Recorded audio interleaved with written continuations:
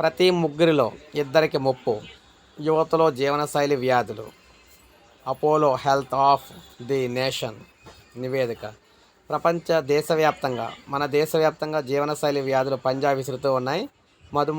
మధుమేహం, అధిక రక్తపోటు, అధిక బరువు, క్యాన్సర్లు, ఫ్యాటీ లివర్, నిద్రలేమి ఇలా పలు సమస్యలు చుట్టుముడుతూ ఉన్నాయి.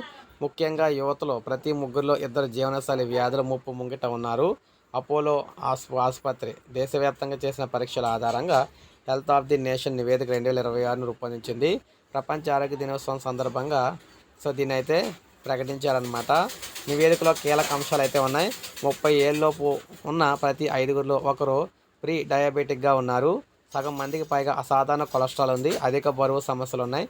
3/2 మందిలో ఏదో ఒక అనారోగ్యంతో బాధపడుతున్నారు. 10 మందిలో 7 డి విటమిన్ లోపంతో ఇబ్బంది పడుతూ ఉన్నారు. ఇక సగం 10 మందిలో విటమిన్ B12 తక్కువగా ఉంది. మహిళల్లో రక్తహీనత, నడుము చుట్టూ కొవ్వు పేరుకుపోవడం లాంటి సమస్యలు కనిపిస్తాయి. స్క్రీనింగ్ చేయించుకున్న 40 ఏళ్ళు పైబడిన మహిళలు ప్రతి 359 మందిలో ఒకరికి ఎలాంటి లక్షణాలు బయటపడకుండానే రొమ్ము క్యాన్సర్ ఉన్నట్లు తేలింది.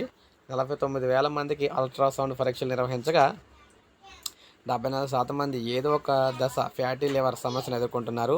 హృద్రోగ లక్షణాలు లేనివారు కరోనరీ కాల్షియం స్కోర్ పరీక్ష చేయించుకోగా 40% మందిలో ప్రారంభ గుండె సమస్యలు అయితే కనిపించాయి.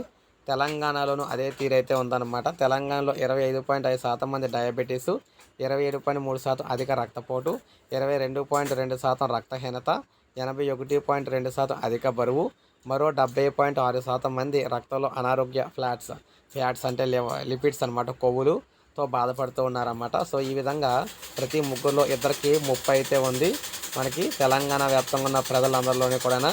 సో అందరూ కూడా వాళ్ళ హెల్త్కి సంబంధించి, ఆరోగ్య సమస్యలకు సంబంధించి ఇక్కడ చర్యలు తీసుకోకపోతే మరింత తీవ్రతరం అవుతుందని చెప్పేసి హెచ్చరికలు అయితే చెప్తున్నారు.